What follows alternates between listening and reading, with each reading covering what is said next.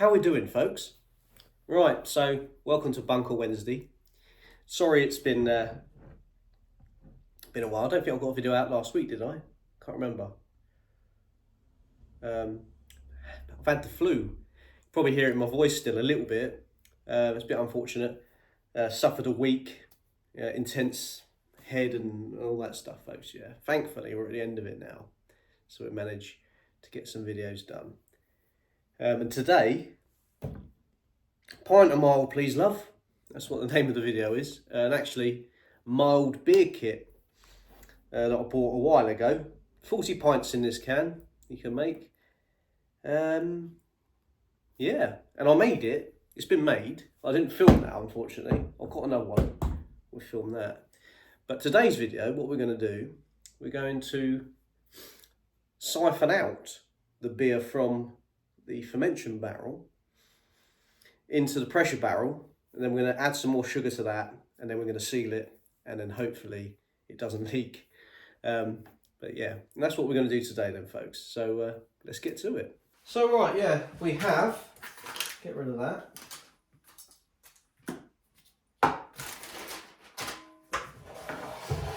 That's my King Keg pressure barrel. It's got a pressure gauge on it that I bought years ago.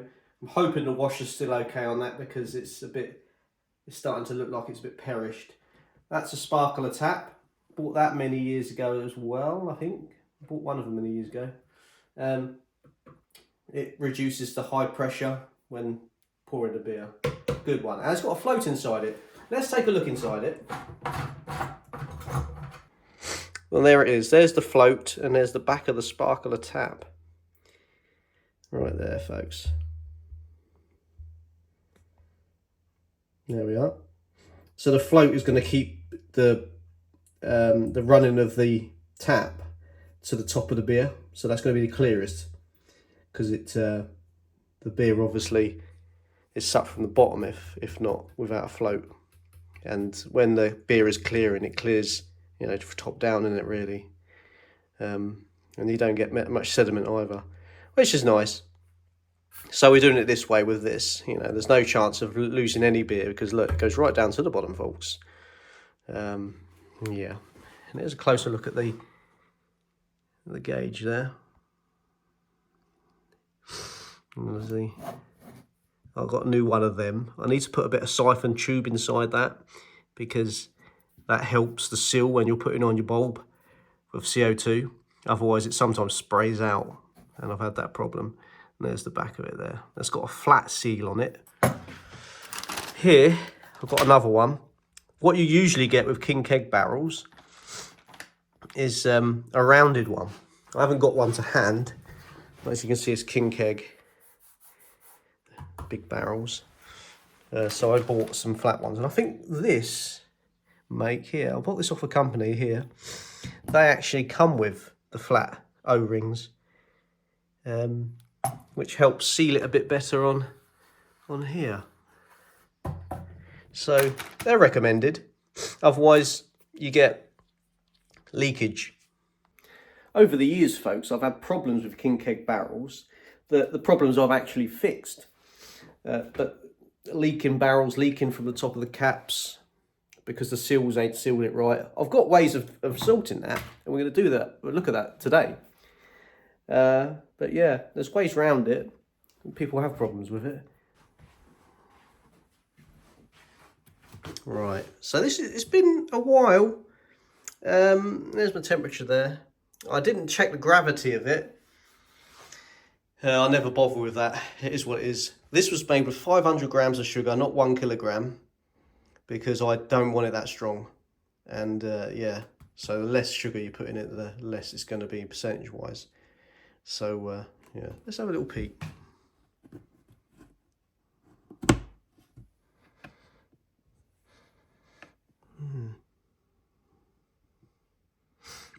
Have a little try of it as well before we start. But yeah, got a weird film on the top. Hopefully that's not a problem. I mean, it might be infected then. Right, let's have a look. So this barrel is going on the floor, and we're going to use the siphon tube, which is up there, we're going to siphon it out. So I'm going to put that down there for now. But what I want to do first, because I fermented this and then I left it for 5 days after it stopped fermenting because I got ill and I could not, with the life of me, do it. And I wanted to film it as well and I just couldn't do all that. So I left it. But usually if you leave these things, the bulge in the barrel drops and then it goes flat like that. But the CO2 layer stays on top of the beer, so oxygen can't get inside it. Once you start stirring it about and all that stuff, that is where oxygen gets into it, and that's where it goes off or goes bad. So in theory, this should be still protected until we get it in that barrel, and then we should put sugar in it, and then the yeast, whatever's left, comes back and starts doing its bits and pressurizes it again. I think that's how it works. But let's have a little taste. So the CO2 layer inside this, remember it's heavier than oxygen, so it just sits on top of the beer. So it shouldn't be leaking. So nothing can get inside it.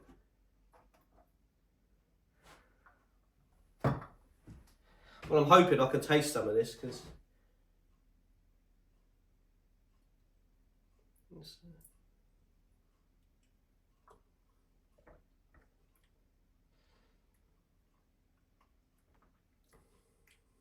nothing wrong with that, folks. Lovely. Right. I was a bit worried it's going to be vinegar then. When it's vinegar, it's dead. So what we're going to do is siphon this out.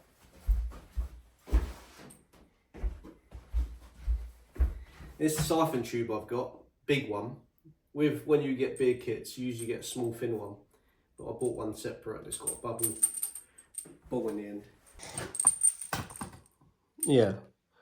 That's a siphon. It's got a ball in it and it sucks the water up. I mean, this is quite a hefty old one. I don't know what sort of, 20 mil maybe. Take that. Everything's shut. Make sure your tap's shut before you do anything. That end, put it right to the bottom because you want to try and as less oxygen into this as possible. You don't want to be messing around. Don't want to be stirring it, nothing like that. So it's as quick as possible, right to the bottom of the barrel and let it rise from there. As best you can, folks. I know sometimes it's a bit more difficult, but...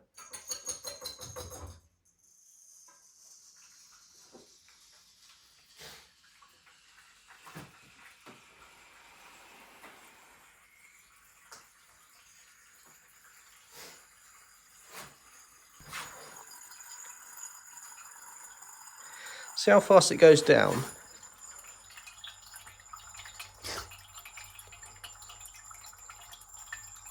Little float there. Make sure your float's going up as well. Always helps. Otherwise you've got to put your hand in there. And the tap again, make sure it's done up because it'll be leaking out.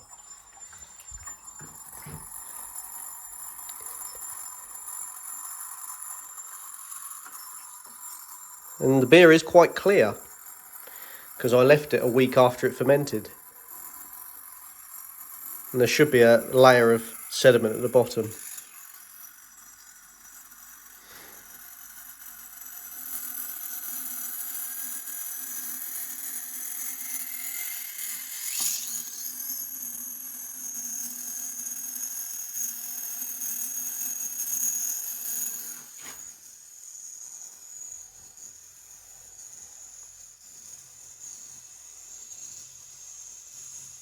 Lovely. All right.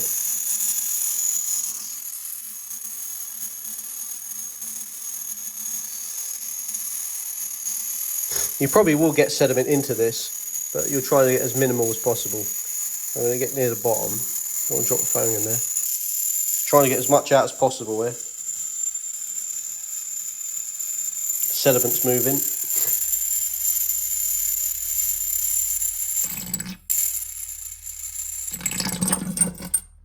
There you go. We'll zoom in a bit there. There you go. There's all the sediment. That's all the stuff that will make you be on the toilet the next day. Lovely. Right, so there we are. what we're going to do now. Right, now that's done, we take that out,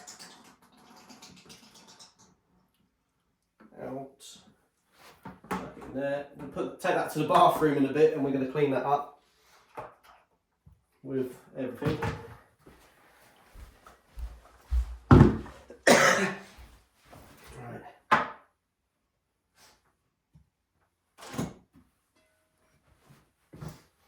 Now we're going to lift this up, make sure the tackles are on.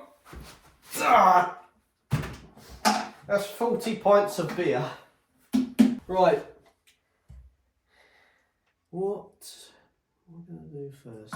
Pop that on for a minute, stop any flies getting in it, folks. Right, sugar. Right then, folks, sugar. About that much sugar. It's not a lot. I forget how much they say put in it. This is secondary for mention. If you're doing it in little bottles, they say it's like 2 carbonation drops. With pressure barrels, it's, what's it like? 6 ounces? I can't remember, folks. Because I always do this by just adding it and not really thinking about it. Like when we done the actual beer, I boiled up 4 pints of water, boiling, chuck that into the fermentation barrel, then filled it up with cold water, and you've got your temperature. So I don't bother with instructions. So it's about that much sugar. I don't really, not too much, not a kilogram, folks, not that much, but you know, enough to get a little fermentation going in there, just to get the pressure up. I think that's how it works. So there's your sugar. And what we're going to do first, and this is one of the tips I had for the King Keg pressure barrels leaking, if it's not your seals. Years ago I did this, folks, years ago. This is PTFE tape. This is what the plumbers use around, you know, water pipes and stuff like that, folks, to seal them. And what we do on the pressure barrel, which way does it, make sure you, which way the thread is, which way it runs. So that way. So that way. So which way do we need to run? Is it that way as well? No, I think we need to go that way. Might be wrong, but we're going to go around the seal with PTFE tape to give it an extra.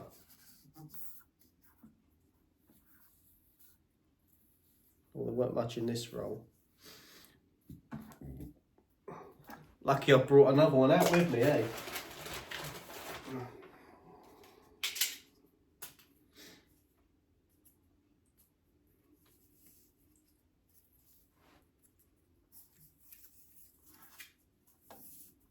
So basically, yeah, what we're doing,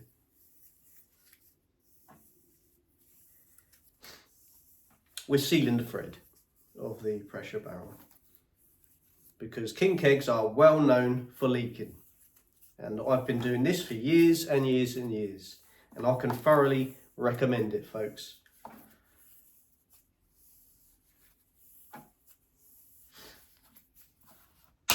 We'll go for that. Right, and then, and this is quite a funny one, because when you add your sugar, the whole of the beer will roar up and it looks like it's going to overflow, but it's not. It's just, it's a reaction going on there. So I will film that so you can see what happens. It's quite intense. Right, sugar.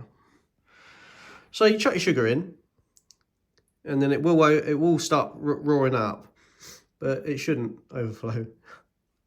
Famous last words, folk. Right, here we go. So we chuck that in, just make sure everything's done.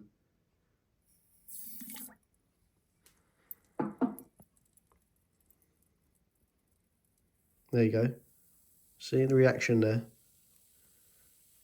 That's just thing, that's fine. Right, lid on, folks. Make sure it's correct, and then start tightening it down.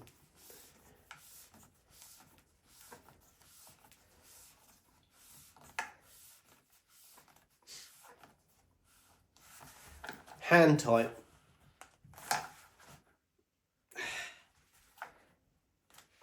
You know, I just noticed the camera move then. The tripod bracket is not very good. Right, so there we have it. That's how we do putting a beer into a pressure barrel, folks. I mean, that's how I've been doing it since when I started doing homebrewing. When was it, 2011? Something like that. Long, long time. Well, I've got a couple more beer kits that I haven't done yet.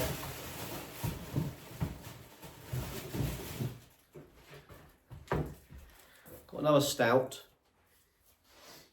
Probably do that later in the week. Real ale. And obviously, pint of mild love.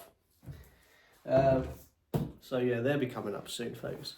But let's just, we're going to leave this, and the pressure actually is going up. Well, there you go, folks. Pressure going up. So that's a good sign, because once you've got pressure inside here, the beer is going to be fine. And obviously, again, when you get pressure barrels, they don't come with gauges like this. I bought this on eBay. You probably type in pressure barrel gauge, pressure gauge or something like that, and it comes up with it. People sell them. I think it was like 15 quid or something like that. Well worth it. I think I've got 4 of them. I think, yeah, they're well worth it, because it's nice knowing what you've got inside. Because remember, winter months, temperatures drop, the pressure drops. Over the winter, these dropped to 0, and I think it buggered a couple of them up, to be honest. I don't know why. Maybe they were just too old. But what I'm going to do this winter, that don't look good. What I'm going to do this winter, I'm going to leave these indoors, because yeah, it's not right fit. I usually leave them in the bunker, folks. That's where they're supposed to be. Summertime, fine. Winter, when the temperatures go into the minuses, leave them indoors. And that's broken. Didn't notice that. That could have been bad. Never trust your handles, folks. Right, thanks very much for watching. Hope that you enjoyed that one. See you again in another video very soon. See you later.